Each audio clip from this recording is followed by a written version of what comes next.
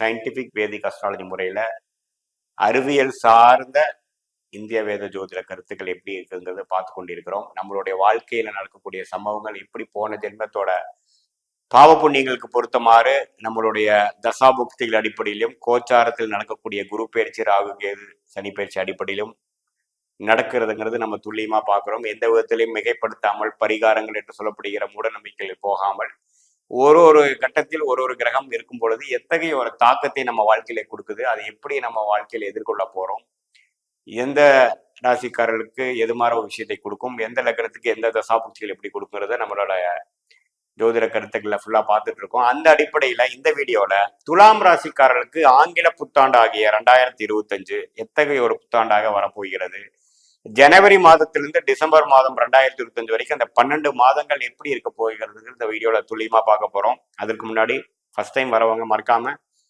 Subscribe button click பண்ணுங்க. உங்களுக்கு பிடிச்ச வீடியோஸை வந்து ஃப்ரெண்ட்ஸ் அண்ட் ரிலேட்டிவ்ஸ்க்கு ஷேர் பண்ணுங்க. இப்ப பாத்தீங்கன்னா துலாம் ராசிக்கு 2025 எப்படி இருக்க போகுதுன்னு பார்க்கலாம். முதல் 4 மாதங்களுக்கு அப்ராக்சிமேட்டா 3-4 மாதங்களுக்கு எப்படி இருக்குன்னா, சனி 5ஆம் இடத்திலே நீடித்திருக்கிறார், ராகு 6ஆம் இடத்தில் இருக்கிறார், கேது வந்து 12ஆம் இடத்தில் இருக்கிறார், அஷ்டமத்துல 8இல் மறைந்த குரு அப்படியே 3-4 மாசத்துக்கு இருக்கிறார். மே மாதத்துக்கு தான் குரு பயிற்சி ஆகிறது. அதே காலகட்டத்துல தான் ராகு கேது பயிற்சி ஆகிறது. மார்ச் எண்டுல வந்து சனி பயிற்சி ஆகிறது. இத்தகைய பயிற்சிகள் வந்து எப்படி கடைசி 8 மாதம் ஆகி 2025க்கு கொடுக்க போகுது, எத்தகைய ஒரு தாக்கத்தை கொடுக்க போகுது அப்படிங்கிறத நம்ம இப்ப பார்க்க போறோம். இப்ப பாத்தீங்கன்னா சனி வந்து 6ஆம் இடத்துக்கு போறது அருமையான விஷயம். கடன், நோய், வம்பு, வழக்கு, பிரச்சனைகள் எல்லாத்தையும் கட்டுப்படுத்த போகிறார், குறைக்க போகிறார், அழிக்க போகிறார் சனி.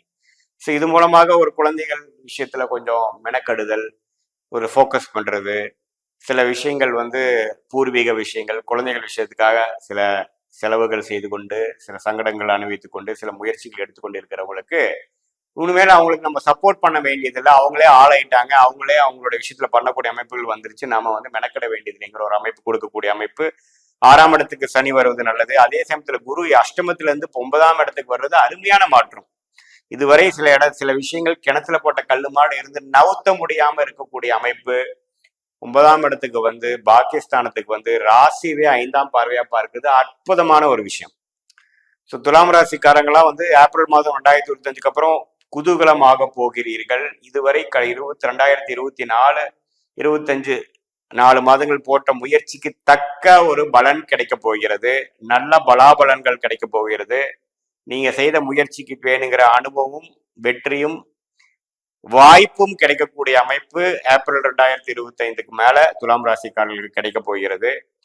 குருவும் அருமையான இடத்துக்கு வருகிறார், சனியும் அறியாம இடத்துக்கு வருகிறார். ராகு 5ஆம் இடத்துக்கு வந்து குருவின் பார்வை பெற்று உங்களுடைய மூளை புத்தி கூர்மை அதிகப்படுத்தி சுறுசுறுப்பாக செயல்படக்கூடிய அமைப்பை கொடுக்கிறார்.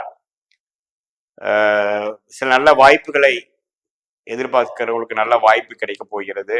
அதே சமயத்துல புத்திர விஷயத்துல வந்து இருக்கக்கூடிய குறிப்பா ராகு திசை நடக்கக்கூடிய துலாம் ராசிக்காரங்களுக்கெல்லாம் புத்திர யோகங்கள் கிடைக்க போகுது. மாணவர்கள் நல்லா படிக்க போறாங்க. நல்ல அஷ்டமத்துல குரு இருந்து ஒரு சோர்வடைந்த ஒரு மனசோடு இருக்கக்கூடிய துலாம் ராசிக்காரர்கள் 25 ஏப்ரல் மாதத்துக்கு அப்புறம் உற்சாகப்பட போகிறார்கள். வாழ்க்கையில வந்து ஒரு இன்ட்ரெஸ்டிங்கான ஒரு விஷயத்துக்குள்ள போறாங்க.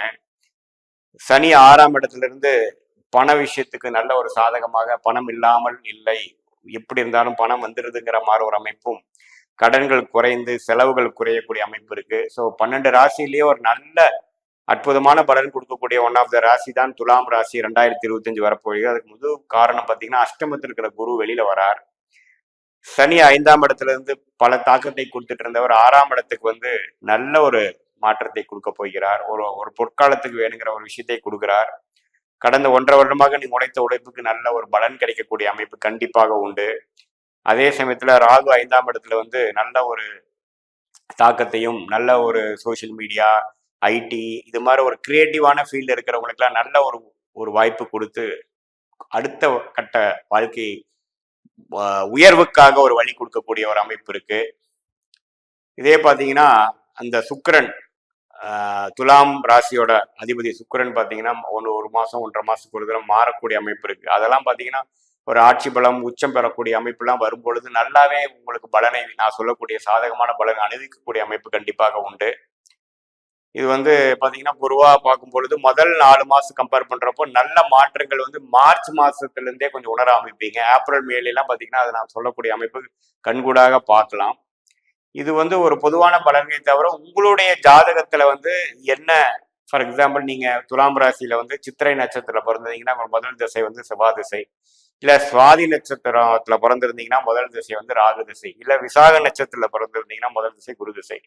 ஸோ அந்த அடிப்படையில இப்ப என்ன தசை நடக்குது உங்களுக்கு, அந்த தசைநாதன் இப்போ ஒரு கோச்சாரத்தில் எப்படி இருக்கிறார், அந்த எந்த லக்னத்துல பிறந்திருக்கீங்களா வச்சுதான் உண்மையுமே துல்லியமான பலன்கள் நியர் ஃபியூச்சர் லாங் டேர்ம் ஃபியூச்சருக்கு நம்ம பார்க்கக்கூடிய அமைப்புகள் கண்டிப்பாக உண்டு. இது வந்து பொதுவா இந்த துலாம் ராசியில பிறந்தவங்களுக்கு இந்த 4 கிரகம் சனி ராகு கேது குருவோட பயிற்சி வச்சு எத்தகைய ஒரு அமைப்புகள் கொடுக்குதுங்கிற ஒரு ஜென்ரல் பேட்டர்ன் கொடுக்கக்கூடிய அமைப்புகளுக்கு இதே ஒரு 30-40% கண்டிப்பாக இருக்கும், ஓரளவு ஒத்து வரும். உங்களுக்கு நல்ல தசாபுக்திகள் நடக்கும் பட்சத்தில் நான் சொன்ன நல்ல பலன்கள் உண்மையுமே அதிகமாக நீங்கள் அதை உணர்வீர்கள். கொஞ்சம் சுமாரான சாதகமற்ற தசாபுக்தியில் நடக்கும் பொழுது நான் சொன்ன சாதகமான பலன்கள் குறைவாகவும் சாதகமற்ற பலன்கள் கொஞ்சம் அதிகமாகவும் நீங்கள் தென்படலாமா ஒழிய ஜென்ரலா பார்க்கும் பொழுது துலாம் ராசிக்கு ஒரு பாசிட்டிவான வருடம். குறிப்பா சொல்ல போனா ஏப்ரல் மாதத்துக்கு அப்புறம் ஒரு அருமையான வருடமாக தான் கண்டிப்பாக. அஷ்டமத்தில் இருக்கிற குரு வெளியில வருவதனாலையும் பாகிஸ்தானத்துக்கு போவதனாலையும் சனி 6ஆம் இடத்துக்கு போவதனாலும் ராகு 5க்கு வந்தாலும் குருவின் பார்வை பெறுவதனாலும் கோச்சார அடிப்படையில நல்ல ஒரு அமைப்பு துலாம் ராசிக்காரர்களுக்கு நம்ம நாள் கழிச்சு கிடைக்குதுங்க. இது ஒரு பொற்காலம். இதை நல்லா யூஸ் பண்ணி வாழ்க்கையில வந்து வெற்றி பெறணும் என்கிறது நான் கேட்டுக்கொள்கிறேன். மீண்டும் மற்றொரு காணொலியில் சந்திப்போம். நன்றி, வணக்கம்.